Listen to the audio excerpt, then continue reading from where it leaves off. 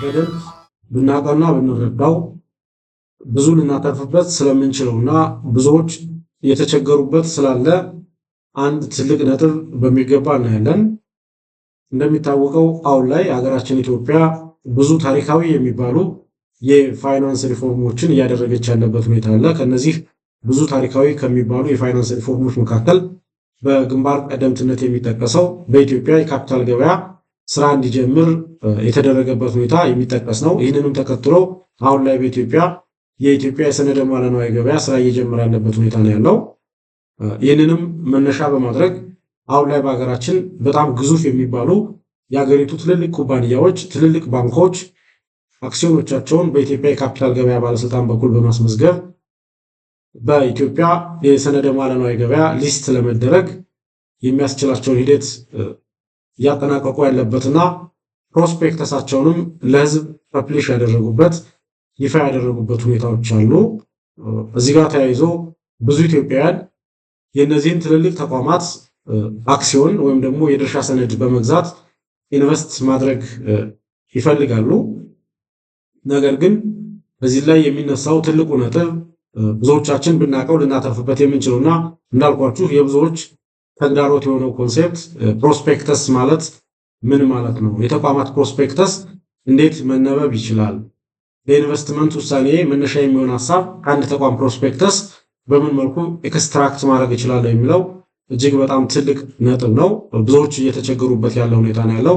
እንዳልኳችሁ እስካሁን በነበረው ሂደት በሀገራችን ኮንቴክስት ብዙዎቻችን በተቋማት አክሲዮን በተቋማት የድርሻ ሰነድ ኢንቨስት ስናደርግ ብዙ ጊዜ መረጃ የምንወስደው ኮድ ላይ በተለጠፈ ማስታወቂያ መሰረት ምናልባትም ሰዎች ይህ ተቋም ጥሩ ነው ስላሉ ወይ ደግሞ ሰዎች ኢንቨስት ሲያደርጉበት ስላየን ብቻ በሂርድ ሜንታሊቲ ኢንቨስት ስናደርግ የቆየንበት ሁኔታዎች ነበሩ።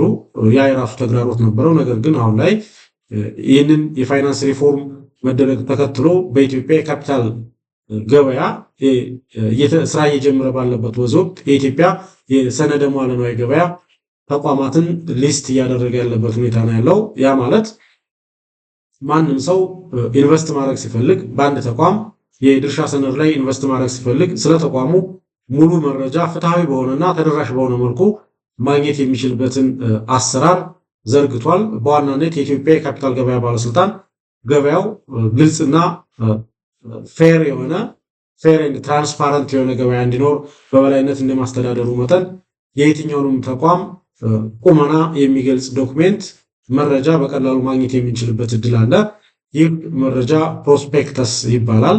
ነገር ግን ብዙዎቻችን ለኛ ለውሳኔ መነሻ የሚሆኑ ነጥቦችን ከፕሮስፔክተስ እንዴት ኤክስትራክት ማድረግ እንደምንችል አጠቃላይ ፕሮስፔክተስ ምን ማለት እንደሆነ የአንድን ተቋም ፕሮስፔክተስ ከሌላኛው ተቋም ፕሮስፔክተስ በምን በማበላለጥ እኛ ኢንቨስት ልናደርግ የምንችልበትን ተቋም መምረጥ እንደምንችል ግራ ስንጋባ ነው የሚስተዋለው። ስለሆነም ዛሬ ፕሮስፔክተስ በራሱ ምን ማለት እንደሆነ የአንድን ተቋም ፕሮስፔክተስ በዋናነት ከምን አንግል ማየት እንዳለብን፣ ምክንያቱም ፕሮስፔክተስ ማለት በጣም ዘርዘር ያለ ዶክሜንት ነው።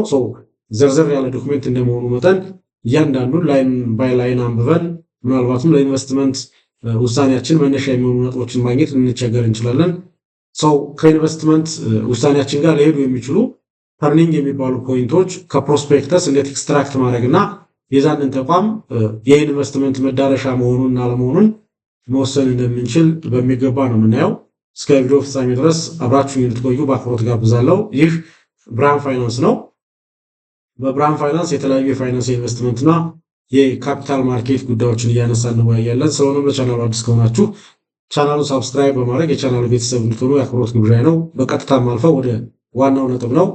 ፕሮስፔክተስ ምንድን ነው የሚለው እናያለን። በዋናነት አንድ ድርጅት አንድ ኩባንያ ለምሳሌ ባንክ ሊሆን ይችላል ወይም ደግሞ ኢትዮ ቴሌኮም ሊሆን ይችላል አክሲዮኖቹን የድርሻ ሰነዶቹን ለህዝብ በይፋ ሲያቀርብ ወይም ደግሞ ሊሸጥ ሲያስብ አጠቃላይ ስለ ድርጅቱ ሙሉ መረጃ የያዘ ሰነድ ለኢትዮጵያ የካፒታል ገበያ ባለስልጣን ማቅረብ ይኖርበታል። ይህ የድርጅቱን ሙሉ መረጃ የያዘ ሰነድ ፕሮስፔክተስ ይባላል። ማንኛውም አይነት ተቋም በኢትዮጵያ ሰነደ ሙዓለ ንዋይ ገበያ በኩል ሊስት ተደርጎ አክሲዮኖቹ ለህዝብ ሽያጭ እንዲቀርቡ ከፈለገ የግድ በኢትዮጵያ የካፒታል ገበያ ባለስልጣን በኩል የሚገመገም ተአማኒነቱ የተጠበቀ ስለ ድርጅቱ ሙሉ መረጃ የያዘ አንድ ሰፋ ያለ ዶክሜንት ሳሚት ማድረግ ይጠበቅበታል። ይህ ዶክሜንት የድርጅቱ ፕሮስፔክተስ ተብሎ ይጠራል፣ ወይም ደግሞ የኢንቨስተር ሳቢ ዶክሜንት ነው የሚባለው። ፕሮስፔክተስን በደንብ መረዳት ያስፈልጋል። ስለሆነም ይህ ፕሮስፔክተስ የምንለው ወይም ደግሞ አጠቃላይ የድርጅቱ ሙሉ መረጃ የያዘ ዶክሜንት በኢትዮጵያ የካፒታል ገበያ ባለስልጣን ከተመረመረና ጤናማነቱ ከተረጋገጠ በኋላ ተቋማት ይህንን ለህዝብ ይፋ እንዲያደርጉና ህዝብ ይህንን ዶክሜንት በማየት ከራሱ የኢንቨስትመንት ኦብጀክቲቭ ጋር እያያያዘ ያዋጣኛል ካለ ኢንቨስት እንዲያደርግ የሚፈቀድበት ሁኔታ ነው ያለው። በኢትዮጵያ የካፒታል ገበያ አዋጅ መሰረት ማንኛውም ድርጅት ወደ ኢትዮጵያ ሰነደ ሙዓለ ንዋይ ገበያ በኩል ገብቶ አክሲዮኖችን ሊስት ማስደረግ ከፈለገ የግድ ይህንን ዶክሜንት ማቅረብና ማስገምገም ይኖርበታል። ይህ ግዴታ ነው። የኢትዮጵያ የካፒታል ገበያ አዋጅ እንደዛ ያዛል። ይሁን እንጂ ብዙዎቻችን ፕሮስፔክተስን የምናየው ልክ እንደ ተራ ማስታወቂያ ነው።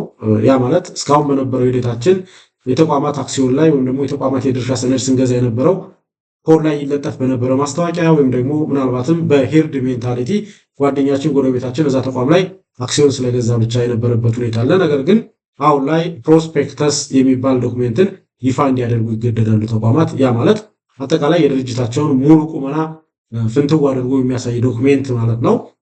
ፕሮስፔክተስን በደንብ ማየት እና መረዳት እጅግ በጣም ጠቃሚ እንደመሆኑ መጠን ሁሉም ተቋም ምንም አይነት የተደበቀ መረጃ እንዳይኖረው የኢትዮጵያ የካፒታል ገበያ ባለስልጣን ተቋማት አክሲዮኖቻቸውን ወይ ደግሞ የድርሻ ሰነዳቸውን ለህዝብ ከመሸጣቸው በፊት የግድ ቁመናቸውን በደንብ የሚያሳይ ታማኒነቱ የተጠበቀ ዶክሜንት ማቅረብና ያንን አስመርምረው ጤናማነቱ ከተረጋገጠ ለህዝብ ይፋ ማድረግ እንዳለባቸው ስለሚደነግግ አሁን ኢንቨስት ማድረግ የፈለገ ማንኛውም ሰው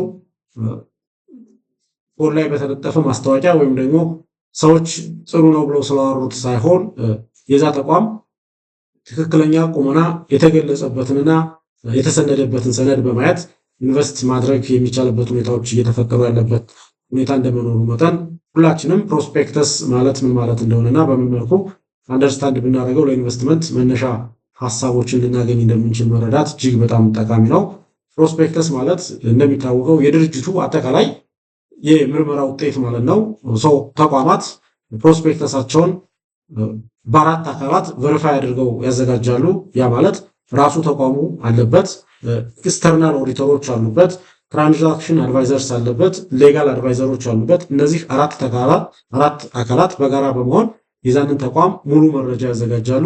ይህንንም ለኢትዮጵያ የካፒታል ገበያ ባለስልጣን ያቀርቡና የኢትዮጵያ የካፒታል ገበያ ባለስልጣን የቀረበው ዶክመንት ህጋዊነቱ የተጠበቀ ነው፣ ሙሉ መረጃን ግልጽ በሆነ መልኩ ያቀረበ ነው ብሎ ካመነበት እንዳልኳችሁ አክሲዮኖቻቸውን ይመዘግብና ይህንን መረጃ ለህዝብ ኢንቨስተር እንዲስብላቸው ኢንቨስተር መሳብ እንዲችሉ ይፋ እንዲያደርጉ ፍቃድ ያገኛሉ። ስለሆነም ይህን መረጃ የጤና ምርመራ ውጤት ብለን ልናስበው እንችላለን። ስለዚህ ጤናማ ነው አይደለም ብለን ለማሰብ የግድ የጤና ምርመራ ውጤት የሆነውን ፕሮስፔክተስን በደንብ ማየት ያስፈልገናል። የአንድ ተቋም ፕሮስፔክተስ ብዙ ነጥቦችን በሰፊው የያዘ ነው። እስከ 200 እስከ 300 ገጽ ድረስ የሚደርስ ፕሮስፔክተስ ፐብሊሽ ያደረጉ ተቋማቶች እንዳሉ መረዳት ያስፈልጋል። ሰፊ ነው። ነገር ግን ሙሉ መረጃውን አንድ ባንድ አንብቦ መጨረስና ለኢንቨስትመንት መረጃነት የሚውል መረጃን ማግኘት ምናልባት ሊከብድ ይችላል። ስለዚህ የግድ እንደ ኢንቨስተር ከተቋማት ፕሮስፔክተስ የትኛውን ነጥብ በሚገባ በጥንቃቄ ማየትና ኢንቨስት ማድረግ እንደምንችል ዛሬ በደንብ እናያለን። አሁንም በድጋሚ የምጠይቀው እስከ ቪዲዮ ፍጻሜ ድረስ አብራችሁ እንድትቆዩ ነው። ፕሮስፔክተስን በደንብ አንደርስታንድ ማድረግ ማለት በጨለማ ስንጓዝ መብራት እንደማግኘት ባትሪ እንደመያዝ ነው የሚቆጠረው። ፕሮስፔክተስን በደንብ አንደርስታንድ ሳናደርግ ኢንቨስት ማድረግ ደግሞ እንዳልኳችሁ ያለ መብራት በጨለማ እንደመጓዝ ሊቆጠር ይችላል። ስለዚህ ፕሮስፔክተስ ማለት የተቋሙ የጤና ምርመራ ውጤት እንደመሆኑ መጠን ጤናማ የሆነ ተቋም ላይ ኢንቨስት ማድረጋችንን ለማረጋገጥ የግድ የተቋሙን የጤና ምርመራ ውጤት የሆነውን ፕሮስፔክተስ በሚገባ ማንበብና መረዳት እጅግ በጣም አስፈላጊ መሆኑን መረዳት ያስፈልጋል። ፕሮስፔክተስ ሳናነብ ፕሮስፔክተሱን ሳንረዳ ኢንቨስት ካደረግን ምናልባት ሬግሬት ልናደርግ የሚችልበት ሁኔታዎች ሁሉ ሊፈጠሩ የሚችሉበት እድል እንዳለ መረዳትና ኢንቨስት ልናደርግ ያሰብንበትን ተቋም ፕሮስፔክተስ በሚገባ ማየት ያስፈልጋል። እንዳልኳችሁ የተቋማት ፕሮስፔክተስ እጅግ በጣም ዝርዝር መረጃዎችን የያዘና ያቀፈ እንደመሆኑ መጠን ሰፋ ይላል። ሁሉንም ገጾች ሁሉንም ሁኔታዎች ላይን ባይ ላይን አንብቦ መጨረስ እጅግ በጣም አዳጋችና ምናልባትም ለኛ ጠቃሚ የሚባለው ነጥብ ኤክስትራክት ለማድረግ ልንቸገር የምንችልበት ሁኔታዎች እንደሚኖሩ እረዳለሁ። ስለሆነም አንድ ሰው በአንድ ተቋም ላይ ኢንቨስት ማድረግ ሲፈልግ ፕሮስፔክተሱን ማንበብ አለበት።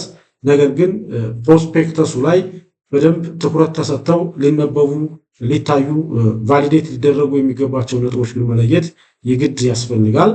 ሰው እነዚህን ቫሊዴት ሊደረጉ የሚገባቸውን ለኢንቨስትመንት ውሳኔያችን መነሻ የሆነ ሀሳብ ልናገኝ የምንችልባቸው ነጥቦች ግን መረዳት እና መለየት የግድ ይላል።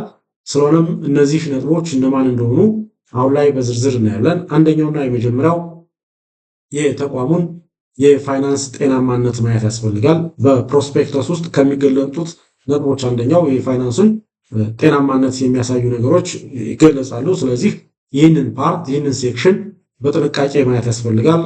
ላለፉት 4-5 ዓመታት ይህ ተቋም በፋይናንስ ዘርፉ ጤናማ ሆኖ የቆየ ተቋም ነው ወይስ የጤና ችግር የነበረበት ተቋም ነው የሚለውን መረጃ ኤክስትራክት ማድረግ ያስፈልጋል።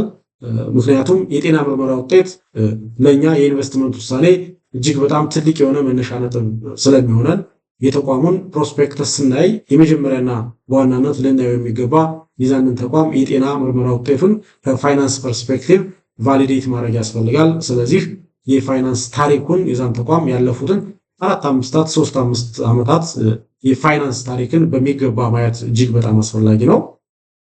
እዚህ ውስጥ ብዙ አይነት የፋይናንስ ጤናማነትን የሚገልጹ የመረጃ ምንጮች አሉ፣ ወይም ደግሞ ኮንሲደር ልናደርጋቸው ቫሊዴት ልናደርጋቸው የምንችላቸው መረጃዎች አሉ። ስለሆነም ያንን ተቋም ያለፉ የፋይናንስ ጤናማነቶች ለመገምገም 4 የፋይናንስ ፒላሮች አሉ ወይም ደግሞ ኮንሴፕቶች አሉ። አንደኛውና የመጀመሪያው የትርፍና ኪሳራውን በደንብ ማየት ያስፈልገናል። አንደኛ። ሁለተኛ፣ ተቋሙ በዚህ 4-5 ዓመታት የሀብትና ዕዳ ሁኔታው ምን ይመስል እንደነበር ማየት ይጠበቅብናል። አጠቃላይ በዚህ 4-5 ዓመታት የተቋሙ የካፒታል እድገት ከየት ወደ የት እየሄደ እንደሆነ ማየት ይጠበቅብናል። በመጨረሻ አጠቃላይ በዚህ 4-5 ዓመታት የተቋሙ የጥሬ ገንዘብ ፍሰት አቅርቦት ሊኩዲቲ ምን ይመስል እንደነበር ማየትና ከዚህ ፐርስፔክቲቭ ጠቅለል አድርገን የተቋሙን የፋይናንስ ጤናማነት በደንብ ቫሊዴት ማድረግ ያስፈልጋል። ለምሳሌ የመጀመሪያውን የትርፍና ኪሳራ ስናይ ተቋሙ ላለፉት 4-5 ዓመታት ሪሊ ትርፋማ የነበረ ተቋም ነው ወይ፣ በትርፍ ጎዳና ነበር የነበረው ብለን መጠየቅና ቫሊዴት ማድረግ ያስፈልገናል። በዛ ሂደት ውስጥ ኩባንያው ላለፉት 4-5 ዓመታት ትርፋማ ነው ወይስ በኪሳራ መንገድ ነበር የመጣ ብለን ማየት ነው። ትርፋማ እንኳ ከሆነ ትርፋማነቱ ከየት ወደ የት ነው? የትርፋማነት መጠኑ ከዓመት ዓመት እየተሻሻለ እያደገ እየበለጸገ የመጣ ትርፋማነት ነው ወይስ ትርፋማነቱ በኮንስታንት ግሮዝ ሬት ያለ ነው? እያደገ መምጣቱን ቫሊዴት ማድረግ ያስፈልጋል። ከዓመት ዓመት የትርፋማነት ሁኔታው እየተሻሻለ መምጣቱንም ጭምር መገምገም ያስፈልጋል። ትርፋማ መሆኑ ብቻ ሳይሆን የትርፋማነት የእድገት ሁኔታው ምን ይመስላል የሚለውንም ማየት ያስፈልገናል። ይህ ብቻ ሳይሆን አጠቃላይ ተቋሙ ባለፉት 4-5 ዓመታት ያተርፈው የነበረ ትርፍ ሪል ፕሮፊት ነው ወይ የሚለውን ማየት አለብን። ኖሚናል አለመሆኑን በደንብ መረዳት ያስፈልጋል። ምክንያቱም ተቋሙ አጠቃላይ ትርፉ በ20% እያደገ ወይም ደግሞ 20% ትርፍ እያተረፈ ነገር ግን አገራዊ የዋጋ ግሽበቱ 30% የሚሆንበት እድል ካለ ምንም እንኳ ተቋሙ ኢንቨስት ልናደርግ ያሰብንበት ተቋም እያተረፈ እንኳ ቢሆን ሪል ፕሮፊት ግን እያገኘ እንዳልሆነ መረዳት ያስፈልጋል። ይህንን ተቋም በመተው የሌላ ተቋም ፕሮስፔክተስን ቫሊዴት በማድረግ ምናልባት ኢንቨስትመንት መዳረሻችንን ሌላ ተቋም ልናደርግ እንችላለን። ስለዚህ ኢንቨስት ልናደርግ ያሰብንበትን ተቋም ፕሮስፔክተስ ቫሊዴት ስናደርግ በተለይ የፋይናንስ ጤናማነቱን ስንመረምር አንደኛው የምንረዳው የትርፋማነት ሁኔታ መሆኑን መረዳት ያስፈልጋል። ትርፋማ መሆን ብቻውን ሳይሆን ትርፋማነቱ በራሱ እያደገ ነው ወይ፣ የሚያድገው ትርፋማነቱ አጠቃላይ ከሀገራዊ የዋጋ ግሽበት በላይ ነው ወይ፣ ሪል ፕሮፊት የሚያስገኝ ትርፋማነትን አትርፏል ወይ ብለን ማሰብ አለብን። እንደሚታወቀው ሪል የሆነ ፕሮፊት ካልሆነ ትርፉ በዛ ልክ እንትን ላይሆን ይችላል። ሌሎች ኦፖርቹኒቲዎች ካሉ እነሱን ለመጠቀም የግድ ቫሊዴት ማድረግ ያስፈልጋል። ሌላው እዚሁ የፋይናንስ ታሪኩ ወይ ደግሞ የፋይናንስ ጤናማነቱ ስንመረምር የግድ ልናየው የሚገባው ነጥብ የገቢ ምንጩ ምንድን ነው? ሪሊ ይህ ተቋም የገቢ ምንጩ በኢንዱስትሪ ውስጥ ያለ የገቢ ምንጭ ነው እየተጠቀመ ያለው። ለምሳሌ ባንክ ከሆነ አብዛኛው ባንክ ገቢው ይመጣል ተብሎ የሚታሰበው ከወለድ፣ ከኮሚሽን፣ ምናልባት ከውጭ ምንዛሬ ግኝት እና ከመሳሰሉት ነገሮች እንደመሆኑ መጠን ባንክ ላይ ከሆነ ኢንቨስት ልታደርጉ ያሰባችሁና ባንክን የፋይናንስ ጤናማነት ከሆነ የመረመራችሁ ያላችሁት የዚህም ባንክ ገቢ ማየት ያስፈልጋል። የገቢ ምንጩ ምንድን ነው? ሪሊ ወደፊትም የሚቀጥል የገቢ ምንጭ ነው ወይ አሁን ላይ እያገኘ ያለ የሚለውን ማየት ያስፈልጋል። ምክንያቱም አንዳንድ ተቋማት ትርፋማ ይሆናሉ፣ ነገር ግን የገቢ ምንጫቸውን ስታዩት ከዛም ከዚህም የተምታታ አይነት ነገር ይሆንና በሆነ ምክንያት ደግሞ ያ አይነት የገቢ ምንጭ ሊጠፋ የሚችልበት እድል ይኖራል። ሰው በዛ ሂደት ውስጥ ትርፋማነታቸው ቀጣይ ላይሆን የሚችልበት ሁኔታ ይኖራል። ስለዚህ ባንክ ከሆነ አብዛኛው የገቢ ምንጩ ከወለድ የመጣ ከኮሚሽን የመጣ ምናልባት ከውጭ ምንዛሪ አቅርቦት የመጣ ከሆነ ጥሩ የሚባል የገቢ ምንጭ እንዳለው መረዳት ያስፈልገናል። ነገር ግን እንዳልኳችሁ ወፍ አመጣሽ ወይም ደግሞ ወፍ ዘራሽ አይነት ንፋስ አመጣሽ አይነት ገቢዎች ከሆኑ የገቢ ምንጮቹ ምናልባት እነዛ የሚደርቁበት እድል ሲኖር አጠቃላይ ተቋሙ የፋይናንስ ጤናማነት ችግር ውስጥ የሚገባ ሊሆን የሚችልበት እድል ስላለ የገቢ ምንጩን መመርመር ያስፈልጋል እዚሁ ፓርት ላይ። ሌላው የፋይናንስ ታሪኩን ወይም ደግሞ የፋይናንስ ጤናማነቱን ስናይ የግድ ልናይ የሚገባው እንዳልኳችሁ ላለፉት 4-5 ዓመታት የዕዳና ሀብት ሁኔታው ምንድን ነው? ያለበት ዕዳ ተቋም ምንድን ነው? ዕዳውን የመክፈል ስታተሱ ምን ላይ ነው? በረዥም ጊዜ በአጭር ጊዜ እንዴት ዕዳውን ከቨር ማድረግ አቅም አለው የሚለውን በደንብ ማየት፣ ሀብቱ ምን ይመስላል፣ ካፒታል አዲኩዌሲ ሬሾ ምንድን ነው እና አጠቃላይ ከኢንዱስትሪ አብረጁ በምን ያክል ርቀት ላይ ያለ ተቋም ነው ብለን መገምገም ያስፈልጋል። ይህም ሌላኛው የፋይናንስ ጤናማነቱን የምንለካበት መንገድ ነው። ሌላው ትርፋማነትን በሌላ መንገድ መለካት ያስፈልጋል። የአንድ ተቋም ትርፋማነት ከሚለካባቸው መንገዶች አንዱ የትርፍ ቁጥር ወይም ደግሞ መጠን ብቻ ሳይሆን የአንድ አክሲዮን የትርፍ ድርሻ ምን ያህል እንደሆነ ትርፋማነቱ በዛም የሚለካበት ሁኔታና ምናልባት ከሌላ ተቋም በኢንዱስትሪ ውስጥ ካሉ ተቋማት ጋር ማወዳደር የምንችልበትን ሁኔታ ለመፍጠር የግድ የዛንን ተቋም የትርፋማነት ኢንተርምስ ኦፍ አክሲዮን ማስላት ይጠበቅብናል። ያ ማለት ኢርኒንግ ፐርሸሩ ምንድን ነው? እዚህ ተቋም ላይ ኢንቨስት ባደርግ ላለፉት 4-5 ዓመታት ምን ያህል ኢርኒንግ ፐርሸር ይከፍል ነበር? ለአንድ አክሲዮን ምን ያክል ትርፍ ነበረው? ምን ያክል ገቢ ያስገኝ ነበር? ኢርኒንግ ፐርሸር ማለት አጠቃላይ የተቋሙ ኔት ኢንካም አፍተር ታክስ ሲቀነስ ፕሪፈርድ ሼርሆልደርስ ዲቪደንድ ሲካፈል ለአጠቃላይ ለአውትስታንዲንግ ሸርስ ለነምበር ኦፍ አውትስታንዲንግ ሸር አድርገን የምናገኘው ነጥብ ነው። ሰው ይህንን በደንብ ማየት ያስፈልጋል። ኢርኒንግ ፐርሸሩ ምን ይነግረናል? ከዓመት ዓመት ኢርኒንግ ፐርሸሩ እያደገ ነው የመጣው ከኢንዱስትሪ አቨሬጅ ውስጥ የዚህ ተቋም ኢርኒንግ ፐርሸር ተወዳዳሪ ነው ወይስ አይደለም የሚለውን በደንብ መረዳት ያስፈልጋል። ሰው ትርፋማነት በቁጥር ብቻ ሳይሆን በኢርኒንግ ፐርሸርም ጭምር መለካት መቻል አለበት። ምናልባት ኢርኒንግ ፐርሸር ብቻ ሳይሆን ፕራይስ ፐር ኢርኒንግንም ልታዩ ትችላላችሁ።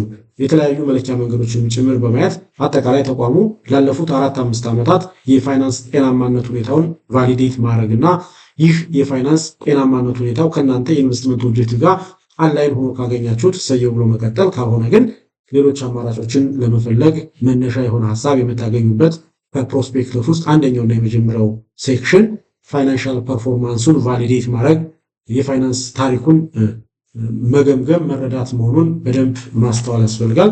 ሌላው በፕሮስፔክተስ ላይ አጽንኦት ሰጥተን ልናየውና ልንገመገመው የሚገባው ነጥብ የገንዘብ አጠቃቀም ሁኔታ ወይ ደግሞ ዩዝ ኦፍ ፕሮሲዲስ የምንለው ተቋማት እንግዲህ አክሲዮን ለመሸጥ ሲሰማሩ ከአክሲዮን ሽያጭ የሚያገኙትን ገንዘብ ለምን ዓላማ ሊያውሉት እንዳሰቡ መረዳት ሌላኛው ለኢንቨስትመንት ውሳኔያችን መነሻ የሚሆን ሀሳብ የምናገኝበት ነጥብ ነው ተብሎ ነው የሚታሰበው። ስለዚህ ይህንን ነጥብም ልክ እንደ ፋይናንስ ጤናማነቱ ሁሉ የገንዘብ አጠቃቀሙ ምን እንደሆነ የገንዘብ አጠቃቀሙን ምን ሊያደርገው እንዳሰበ የሚያገኘውን ገንዘብ ለምን ዓላማ ሊያውለው እንዳሰበ የግድ ግልጽ የሆነ መረዳት እንዲኖረን እና ጥሩ የሚባል የኢንቨስትመንት የውሳኔ ሀሳብ እንድናገኝ የዚህን ተቋም ፕሮስፔክት ስናነብ የገንዘብ አጠቃቀም ጥሩን በደንብ ማየት ያስፈልጋል። ምክንያቱም አንዳንድ ተቋማት አክሲዮን ሽጠው የሚያገኙትን ካፒታል ሬዝ ያደረጉትን ካፒታል ከዚህ በፊት ለነበረባቸው ዕዳ መክፈያነት ሊያውሉት ሊያስቡ ይችላሉ። አንዳንድ ተቋማት ብራንች ለማስፋት ሊያስቡት ይችላሉ። አንዳንድ ተቋማት ካፒታል መጠናቸውን ለማሳደግና ምናልባትም ወደፊት ሊፈጠሩ የሚችሉ ውድድሮችን ሪዚስት ማድረግ የሚችሉበትን ምናልባት የቴክኖሎጂካል አድቫንስመንትን ማሳደግ ላይ ትኩረት ያደረገ የገንዘብ አጠቃቀም እቅድ ሊኖራቸው ይችላል። ሁሉም ተቋማት ተመሳሳይ የሆነ የገንዘብ አጠቃቀም እቅድ ይኖራቸዋል ብሎ ማሰብ አይቻልም። ስለዚህ ይህ እኔ ኢንቨስት ላደርግ ያሰብኩበት ተቋም ከአክሲዮን ሽያጭ የሚገኘውን ገቢ ለምን ዓላማ ሊያውለው እንዳሰበ መረዳት ጥሩ የሚባል የኢንቨስትመንት ውሳኔ መነሻ ሀሳብ ለማግኘት የሚያግዘን መሆኑን በደንብ መረዳት ያስፈልጋል። ለምሳሌ አንድ ተቋም ሁለት ተቋሞችን ብናነሳ፣ ለምሳሌ አንዱ ከአክሲዮን ሽያጭ የሚገኝን ገቢ ከዚህ በፊት ለነበረበት ዕዳ መክፈያ አገልግሎት ለማዋል እና ሌላኛው ምናልባትም የቴክኖሎጂ አድቫንስመንትን ወደ ተቋሙ ለማላበስ ሊጠቀም ቢያስብ ብለን ብናስብ በእርግጠኝነት ሁለቱ ተቋማት በኩል ሁኔታ ወደ ትርፋማነት ጉዞ ያደርጋሉ ብለን አናስብም። ምናልባት ዕዳ ለመክፈል ያሰበው ተቋም የተወሰነ ድላይ ሊያደርግ ይችላል ትርፋማ ለመሆን። ይሄኛው ግን ኢሚዲየትሊ ወደ ውድድር መግባት የሚችልበት እድል ሊፈጠር ይችላል። በእንዲህ አይነት ሁኔታ ተቋማት ከኛ የኢንቨስትመንት ኦብጀክቲቭ ጋር ምን አይነት የገንዘብ አጠቃቀም ሊኖራቸው እንደሚችል ለመረዳት የግድ የገንዘብ አጠቃቀም ስትራቴጂያቸውን ማየት የሚጠበቅብን ነጥብ መሆኑን መረዳት ያስፈልጋል። ሌላው በሶስተኛ ደረጃ ከአንድ ተቋም ፕሮስፔክተስ ላይ በጥንቃቄ ማየት ያለብን ነጥብና ትልቁ የተቋማቱ የወደፊት ስጋቶች ምንድን ናቸው? ምክንያቱም ተቋማት አጠቃላይ ፕሮስፔክተስ ሲያዘጋጁ ትርፋማነታቸውን ብቻ ሳይሆን እንዲገልጹ የሚፈልገው የስጋት ሁኔታዎቻቸውን ጭምር በፕሮስፔክተሳቸው እንዲያካትቱ ይገደዳሉ። ስለዚህ ሁሉም ተቋም በፕሮስፔክተሱ ላይ ከሚያካትታቸው ነጥቦች ውስጥ አንደኛውና የመጀመሪያው የስጋት ሁኔታቸውን መጥቀስ ነው። እኛም እንደ ኢንቨስተር በዚህ ተቋም ላይ ኢንቨስት ልናደርግ ስናስብ የተቋሙን ፕሮስፔክተስ ስናይ በጥንቃቄ ማየት ካለብን ነጥብ ውስጥ የመጀመሪያውና ሌላኛው የስጋት ሁኔታውን ማየት፣ ሪስክ ፋክተሮቹን ቫሊዴት ማድረግ ያስፈልጋል። ይህ ስፔሲፊክ ተቋም ምን አይነት የስጋት ሁኔታዎችን ኤክስፔክት አድርጓል፣ ወደፊት ምን አይነት ስጋቶች አሉብኝ ብሎ ገልጿል ብለን ማየትና ምናልባት እነዚያ የተገለጹ ስጋቶች ከእናንተ ፐርስፔክቲቭ አንዳንዴ ተስፋዎችን ጭምር ሊሆኑ የሚችሉበት ሁኔታዎች ይኖራሉ። ስለዚህ ያንን ማየት ነው።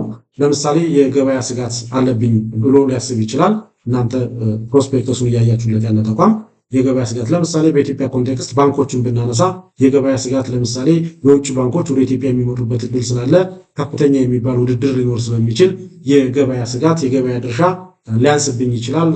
የገበያ ስጋቴ ነው የወደፊት ስጋቴ ነው ብሎ ሊያስቀምጥ ይችላል። እናንተ ደግሞ በግል አረዳዳችሁ ምናልባት ባንኩ እንኳን የገበያ ስጋቴ ነው እንኳን ብሎ ቢገልጽ እናንተ ይህንን እንደ ተስፋ ጭምር ልታዩት የሚችሉበት ሁኔታ ሊፈጠር ይችላል። ምክንያቱም የገበያ ስጋቱን ለመቋቋም የግድ ባንኮች አሁን ላይ መርጅ ማድረግ እንዳለባቸው የኢትዮጵያ ብሔራዊ ባንክም ከቅርቡ ባወጣው የፋይናንስ ስታቢሊቲ ሪፖርት እንዳነሳው አይተናል። ከዛ ተነስታችሁ ምናልባት ባንኮች መርጅ የሚሆኑ ከሆነ ካፒታላቸው ያድጋል። ካፒታላቸው የሚያድግ ከሆነ አጠቃላይ በባንክ ኢንዱስትሪ ውስጥ ተወዳዳሪ መሆን የሚችሉበት እድል ይፈጠራል። ስለዚህ የውጭ ባንኮች ወደ ሀገራችን መምጣት የገበያ ስጋት ሳይሆን የሚደቅነው ምናልባትም መርጅ እንዲሆኑና ተወዳዳሪ እንዲሆኑ ሊያስችል የሚችልበት ሁኔታ አለ ብላችሁ ይህንን ስጋት እናንተ እንደ እድል ልትቆጥሩት ትችላላችሁ። ነገር ግን ተቋሙ ያስቀመጣቸውን ስጋቶች በደንብ በዝርዝር ማየት ከእናንተ የኢንቨስትመንት ኦብጀክቲቭ ጋር አላይን ማድረግ ያስፈልጋል። ስለዚህ አንደኛ ተቋሙ ለምሳሌ እንዳልኳችሁ የገበያ ስጋት ነው ብሎ ሊጠቅስ ይችላል። እናንተ ግን እድል ልታደርጉት ከቻላችሁ ይህ ተቋም ያስቀመጠው የወደፊት ስጋታችሁ አይደለም፣ በቀጥታ ኢንቨስት ልታደርጉ ትችላላችሁ ማለት ነው።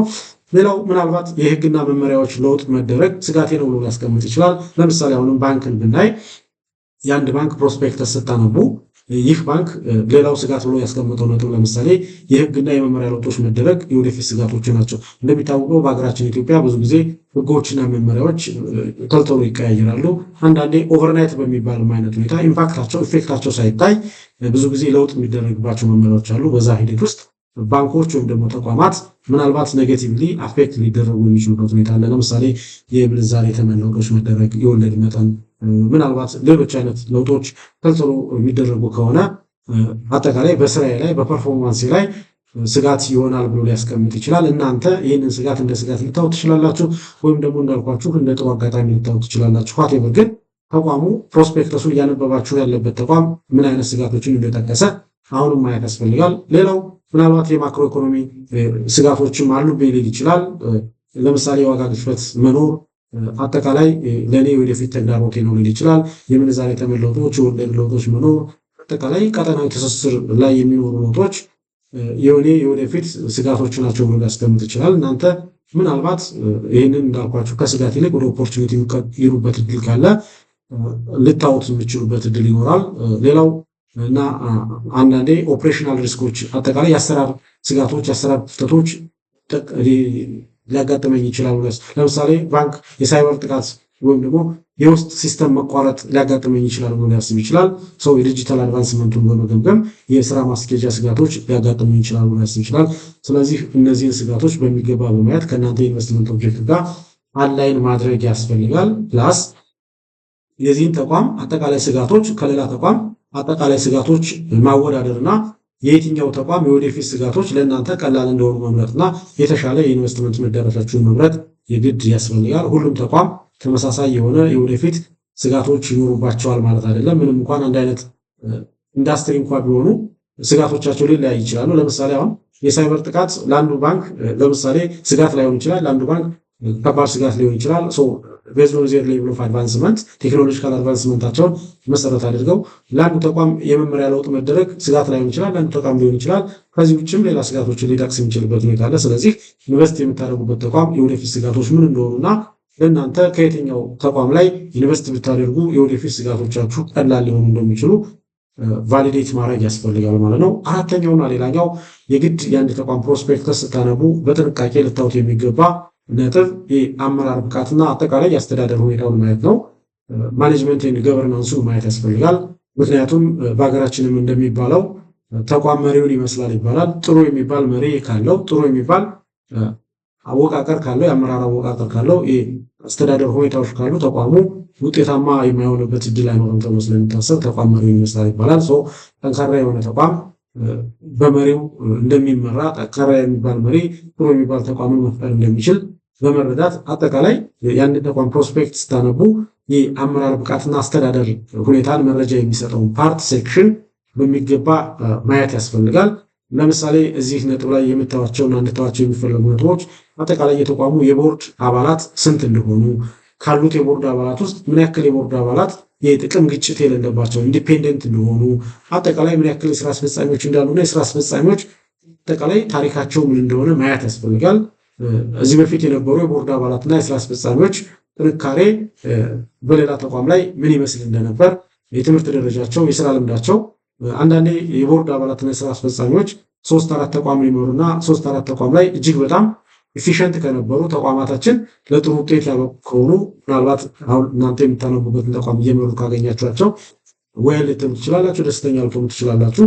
ነገር ግን ምናልባት 3-4 ተቋምን ያፈረሱ ጥሩ የሚባል ዝና የሌላቸው የቦርድ አባላትና ስራ አስፈጻሚዎች ቢሆኑ እናንተ ፕሮስፔክት እያነበባችሁበት ያለ ተቋም እንዲኖሩት ያሰቡ የስራ አስፈጻሚዎች እነዚህ ይህንን ተቋም ከዚህ በፊት በመሩበት ሂደት ውስጥ ጥሩ የሚባል ውጤትን አላመጡም። አሁን ላይ ይህንን ተቋም የሚመሩት እነዚህ ከሆኑ እኔ ኢንቨስት ለማድረግ ምናልባትም ሞራል አላገኝም የሚል አይነት ውሳኔ ልትወስኑ ትችላላችሁ። ስለዚህ የግድ ፕሮስፔክተስን ስታነቡ በጥንቃቄ ልታዩት ከሚገቡ ነጥቦች መካከል አንደኛውና የመጀመሪያው የአመራር ብቃት እና አስተዳደር ሁኔታን መገምገም ያስፈልጋል። አጠቃላይ ሊኖር የሚችል የጥቅም ግጭት በቦርድ፣ በማኔጅመንት፣ በስራ አስፈጻሚዎች ሊኖር የሚችል የጥቅም ግጭትን ኮንሲደር ማድረግ፣ አጠቃላይ የድርጅቱን መዋቅራዊ አሰራርም ጭምር ኮንሲደር ማድረግ ያስፈልጋል። የተለያዩ ውሳኔዎች ከየት ወደየት እንደሚወሰኑ፣ የውሳኔ ሄራርኪው ምን ሊመስል እንደሚችል፣ አጠቃላይ የድርጅቱ መዋቅር የባለአክሲዮኖችን መብት በምን መልኩ እንደሚጠብቅና ባለአክሲዮኖች በምን የውሳኔ ሂደቶች ላይ እንደሚሳተፉ ኮንሲደር ማድረግ ያስፈልጋል። አንዳንዴ የተቋማት መዋቅር የባለአክሲዮኖችን ድምፅ የሚያፍን አይነት የሚመስልበት ሁኔታ አለ። የተቋማት መዋቅር አንዳንዴ የውሳኔ አሰጣጥ ሂደቱን ማኔጅ ሊያደርግ ይችላል፣ ወይም ደግሞ እናንተ እንዳሰባችሁት ላይሆን ይችላል። የድርጅቱ መዋቅር አጠቃላይ የውሳኔ አሰጣጥ ሂደቱን ከየት ወደ የት ያደርገዋል፣ ሄራርኪው ከምን ወደ ምንድን ነው፣ አጠቃላይ በዚህ ድርጅት መዋቅር ውስጥ የባለአክሲዮኖች መብት እንዴት ይጠበቃል፣ የባለአክሲዮኖች መብት እስከምን ድረስ ነው የሚለውን በደንብ ማየትና ከእናንተ የኢንቨስትመንት ኦብጀክቲቭ ጋር አንላይን አድርጎ የተገኘ ከሆነ ለኢንቨስትመንት መነሻ የሚሆን ሀሳብ ታገኛላችሁ ማለት ነው። ይህንን እንዳልኳችሁ ከሌላ ተቋም የአመራር ብቃትና አስተዳደር ሁኔታ ጋር ማወዳደርና ለእናንተ የየትኛው ተቋም ፕሮስፔክተስ አመች እንደሆነ ከእናንተ የኢንቨስትመንት ኦብጀክቲቭ ጋር አንላይን ሊያደርግ እንደሚችል በደንብ መረዳት ነው። ሌላውና አምስተኛው በዋናነት እንድታዩት ከሚፈለገው ነጥብ ውስጥ የተቋሙ የትርፍ ክፍፍል ፖሊሲን በደንብ መረዳት ያስፈልጋል። እንደ ኢንቨስተር እንደመሆናችን መጠን ትርፍ እንፈልጋለን። ትርፍ ብቻ ሳይሆን አጠቃላይ የትርፍ ክፍፍል ልንፈልግ እንችላለን፣ ላንፈልግም እንችላለን። እሱ ችግር የለውም። ነገር ግን የተቋሙ የትርፍ ክፍፍል ፖሊሲ ምን ይመስላል? የማንፈልግም ከሆነ ፖሊሲውን ማየት ይጠበቅብናል። የምንፈልግም ከሆነ አጠቃላይ የተቋሙን የትርፍ ክፍፍል ፖሊሲ በሚገባ መረዳት አይነተኛ መረጃን ማግኘት መንገድ እንደሆነ መረዳት ያስፈልጋል። ለምሳሌ ከዚህ በፊት ላለፉት 4-5 ዓመታት ተቋሙ ለተከታታይ የትርፍ ክፍፍልን ያደርግ ነበር ወይስ አያደርግም ነበር? እያደረገ ከነበረ የትርፍ ክፍፍሉ ቋሚ ነበር ወይስ ደግሞ ኢንካሙን ምን ያክል ፐርሰንት ይከፍላቸው ነበር? የትርፍ ክፍፍሉ ከፍ ዝቅ የሚለው የተቋሙ የትርፋማነት መጠን ከፍ ዝቅ ሲል ነው ወይስ የተቀመጠ ሌላ አይነት መስፈርት አለ? አጠቃላይ የትርፍ ክፍፍሉ ምን ሊመስል እንደሚችል ባለፈውን ከዚህ በፊት የነበረውን የትርፍ ክፍል በደንብ ቫሊዴት ማድረግና ከእናንተ የትርፍ ክፍፍል ኦብጀክቲቭ ጋር ማገናኘት ያስፈልጋል። ለወደፊት ውስጥ ምን አይነት የትርፍ ክፍፍል እቅድ ይዟል ተቋሙ? ወደፊት የትርፍ ክፍፍል እቅዱ ምንድነው? ለምሳሌ ለመጪው 5-10 ዓመታት የትርፍ ክፍፍል አላደርግም፣ የማገኘውን ትርፍ በአጠቃላይ ሪቴንድ በማድረግ የስራ ማስኬጃ እና ማሳፊያ ነው ማደርገው ብሎ ወደፊት የትርፍ ክፍፍል እቅድ አውጥቶ ሊሆን ይችላል። እናንተ ኢንቨስት ስታደርጉ ቤዚካሊ ትርፍ ማግኘት ከነበረ ይህ ተቋም የእናንተ የኢንቨስትመንት መዳረሻ ላይሆን የሚችልበት እድል አለ። ምናልባት እናንተ ለመጪዎቹ 10-15 ዓመታት ምንም አይነት የትርፍ ክፍፍል የማፈልጉና አጠቃላይ ካፒታላችሁ ብቻ እንዲያድግ የምፈልጉ ኢንቨስተር ከሆናችሁ ደግሞ እንዲህ አይነት የወደፊት የትርፍ ክፍፍል እቅድ ያለው ተቋም ተስማሚያችሁ ሊሆን ይችላል። ስለዚህ የተቋሙን የወደፊት የትርፍ ክፍፍል እቅድ ምን ሊመስል እንደሚችል በደንብ ማየት ያስፈልጋል። ፕላስ የትርፍ ክፍፍሉን የሚያውጀው ማን ነው? ቦርዱ ነው ወይስ አጠቃላይ የተቋሙ ባለ አክሲዮን ነው? በጀነራል ሚቲንግ ነው ወይስ በምንድን ነው? አጠቃላይ የትርፍ ክፍፍል ፖሊሲን በተመለከተ ጥሩ የሚባል መረዳትን ማግኘት ሌላኛው ጠቃሚ የሚባል ሁኔታ መሆኑን መረዳት ያስፈልጋል። ስለሆነም ፕሮስፔክተስ ማለት የአንድ ተቋም አጠቃላይ መረጃን የያዘ ዝርዝር ዶክሜንት ነው። ነገር ግን ኢንቨስት ስናደርግ ስለዛ ተቋም ጥሩ የሚባሉ ነጥቦችን ለማግኘት እነዚህን 5 ተርኒንግ የሆኑ ፖይንቶችን ከአንድ ተቋም ፕሮስፔክተስ ላይ ነቅሰን በማውጣት ጥሩ የሚባል ለኢንቨስትመንታችን መነሻ የሚሆን የውሳኔ ሀሳብ ማግኘት እንችላለን። ሰው ፕሮስፔክተስን ሳናነብ የተቋሙን ፕሮስፔክተስ በሚገባ ሳንረዳ ተቋሙ ባለው ስም ብቻ ተመርተን ኢንቨስት ካደረግን ቱ ቢ ፍራንክ ሪግሬት ልናደርግ የምንችልበት ሁኔታ ሊፈጠር ይችላል። ስለዚህ ልክ እንደ ትናንትናው ከማሰብ ወጥተን ዛሬ ላይ ኢንቨስት በምናደርግበት ተቋም ጥሩ የሚባል ተአማኒ የሆነ ህጋዊነቱን የጠበቀ መረጃ እንደመኖሩ መጠን ይህንን መረጃ ከኛ ኢንቨስትመንት ኦብጀክቲቭ ጋር በማገናኘት በደንብ መረዳትና ጥሩ የሚባል የኢንቨስትመንት መነሻ የውሳኔ ሀሳብን ማግኘት እና ኢንቨስት ማድረግ ለትርፋማነት የሚያበቃን ጉዳይ መሆኑን በመረዳት ኢንቨስትመንታችንን የተሳለጠ ማድረግ ይኖርብናል።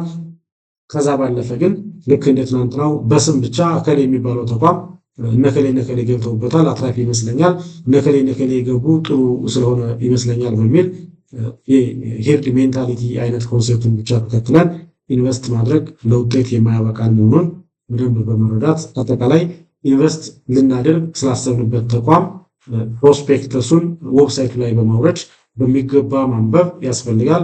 ፕሮስፔክተሱ ግን ዘርዘር ያለ ነጥቦችን የሚያካትት በመሆኑ ምናልባት አሰልች ሊሆን ይችላል። ምናልባትም የአንዳንድ ተቋማት ፕሮስፔክተስ እስከ 300 ገጽ ድረስ ይደርሳል። ሰው ሁሉንም ማንበብ ላያስፈልግም ይችላል። ፎርዛት ማተር እነዚህን የተመረጡ ለኢንቨስትመንት ውሳኔ መነሻ የሚሆኑ ሀሳቦችን ሊሰጡ የሚችሉ ኮንሴፕቶችን በሚገባ ማየት በቂ የሚባል የኢንቨስትመንት ውሳኔ እንዲኖረን ስለሚያስችል እነዚህን 5 መሰረታዊ የሚባሉ የፕሮስፔክተስ ሴክሽንን ኤክስትራክት ማድረግና ከኛ ኢንቨስትመንት ኦብጀክቲቭ ጋር አንላይን ማድረግ ትርፋማ የሆነ ኢንቨስትመንት ውስጥ ለመሰማራት በቂ መረጃን ማግኘት የምንችልበት ስለሆነ እነዚህን ማንበብ ያስፈልጋል። ለዛሬ የነበረኝ ቆይታ ይህን ይመስላል። ቪዲዮ ጠቃሚ ሆኖ ካገኛችሁት ላይክ በማድረግ ቻናሉን ሰብስክራይብ በማድረግ ተጨማሪ ፋይናንስ ኢንቨስትመንት እና የካፒታል ማርኬት መረጃዎችን እንዲደርሷችሁ እንድታደርጉ በአክብሮት ጋብዛለሁ። አመሰግናለሁ።